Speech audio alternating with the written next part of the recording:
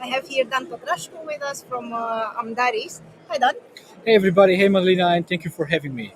It's such a pleasure to have you. Thank you for accepting our invitation. Dan, can you tell us a bit about yourself and about the company you work for, Yeah, sure. please? So I'm a technical director at Amdaris, and as such, I am basically responsible with other fellow colleagues, technical directors, for the technical excellence of the projects that we are delivering for our customers. But besides this, each technical director in Amdaris has also kind of like a specific area of focus, and my area is the technical education and how we can acquire new skills and develop the skills that we already have. Okay, and you know that artificial intelligence, a very difficult word apparently Yeah, for me in this last let's keep it interview. to AI. AI, yes, it's here. That's the hot topic of today in the conference. So I have a question for you about that. How do you expect AI to change the course of your company? Okay. In That's actually a very nice question, and it also ties to the talk that I had at DevTalks, which was regarding AI and how we can thrive as developers in an AI-driven world. So, kind of like I really relate to that. But coming back to your question, it's actually a very good one, and I think that every person, if we are honest, we would have to say we don't know exactly how, but we can see, okay, what are the next steps that we can take and that we can do to kind of like make sure that we are prepared. And a very important thing here is, from my point of view, or the very first thing that we can already see uh, with results, is that it will increase our productivity. So then the question is, how can we do, or what can we do in our company, in Amdaris, so that we can leverage and take advantage of all these tools that overall would help us to be more productive, which would help us to deliver projects faster, more customers would be more happier, and things similar to that. So that's a very first concern that we have, and in fact we are already working with legal teams and with technical teams to kind of like understand exactly all the legal implications of using the already existing AI tools, because right now we have to think about data, about what happens with the data that we feed into the system as a company, because it mostly is used for now to further train the algorithm, which is obviously not a very good thing for most of the companies. So we are really working with legal and with technical departments to understand exactly how can we leverage these tools.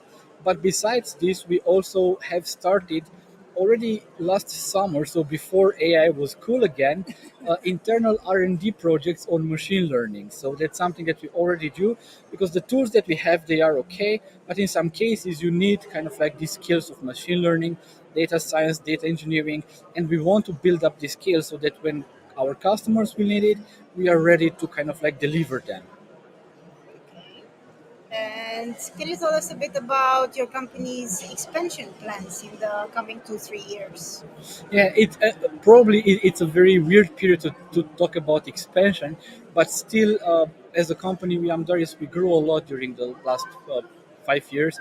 For instance, when I joined the company 6 years ago, in our office in Timișoara, for instance, I was the 15th person, and now we are almost 200 Oh, there. wow. And globally, we are kind of like reaching 1,000 employees probably within the next month. And obviously, also, if this period is from an economic point of view not very the greatest one, but still we have managed to keep all our customers, to get new customers, and therefore we also have kind of like very healthy expansion plans.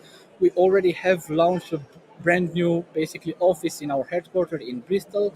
In September this year, we'll launch our new Bucharest office at the beginning of September, and we plan to also open a new office here in Cluj, in Romania, but also another office in Varna, in Bulgaria. We already have an office there in Sofia. And besides that, we also have our office in Chisinau that's still growing. We also have opened an office in Odessa just before everything started. So unfortunately, there things are a little bit rough, but we have managed to also grow our office there from 15 employees that we had at the beginning to around 50 right now. But for Ukraine, kind of like it's not very clear exactly how we'll be able to further grow this office. But as everybody hopes, I also hope that things will get clearer there, and that in the near future we'll be able to make some more concrete plans also for the offices in Ukraine. Thank you. Thank you. Then you started this answer I don't know. I had the impression that you'll say, "Oh, not so many growth plans," but then, oh, and we opened that office, and that's very Yeah. ambitious. That's good news, I think.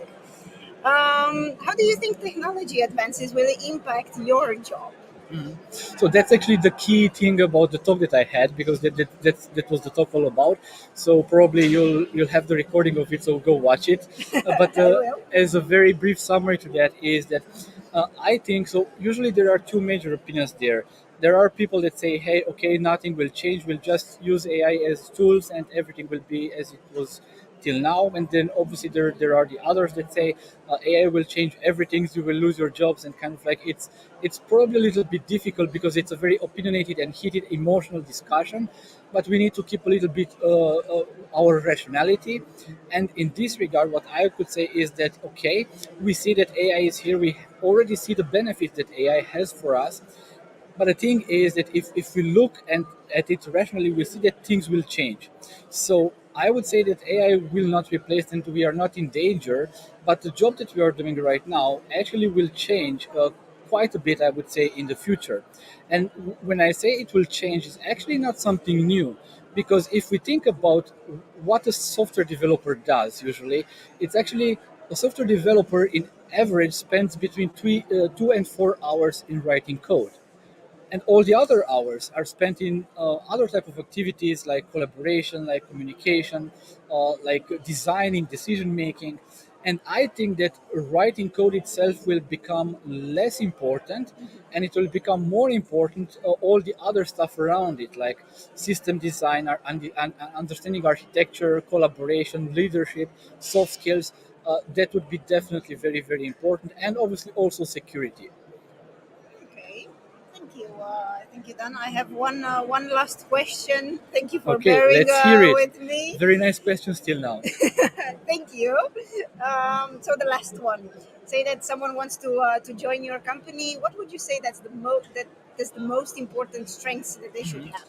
Okay, so we are a service company, so we basically offer digital, development basically to our customers, which could be software development, but in reality it could be also other things like managed services, like product design and things like that. So the idea is that in a company like ours, we put a lot of value and emphasis in understanding business use cases and how do we translate them into our applications and into code. That's why usually when we lead our interviews, and I usually have plenty of interviews, we almost never go into discussions about algorithms and reversing a binary tree or things like that, because to be honest, in more than 10 years of development, I didn't need to do this even once in our real use cases. But what we focus instead is understanding understanding always the abstractions below the framework that you work with, understanding system design and understanding architecture, and also very important, be very collaborative, be a team player. Really, we had a lot of very good people, but we had a lot of red flags during interviews regarding their ability to collaborate or to effectively collaborate, and we didn't hire them. So this part of soft skills are really important for us, not only from a theoretical point of view, but we really kind of like, for us, this is really a barrier. So without these soft skills like collaboration, that's really important, because we put a lot of emphasis in teams. Teams need to work properly in order to deliver to our customers the best possible products. And without collaboration, without being a team player, that's simply not possible. And then simply we cannot have use for people like that. So these are for us the main or the most important things that we look after when we want to hire somebody. Okay, so yeah, hard skills are still important. The base Obviously of they the are, work, obviously, obviously. but when you come to an interview, basically, even for a mid or senior role, these hard skills, these are kind of like a prerequisite. Yeah.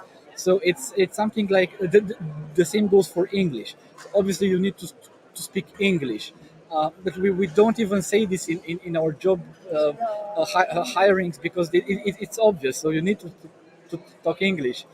Hard skills obviously also, but once again, hard skills but apply to solving real business problems. Thank you very much, Dan. Those were all my questions for today. It was a pleasure to have you here again. Thank you for bearing with us until And, the almost the end of the day. and thank you very much for having me. It was very nice, the entire DevTalk experience, and having me here at this interview at the end. Actually, it was a pleasure. So thank you very much for that. You're welcome. We're happy you're enjoying it. Yeah. Take care and Yeah. see you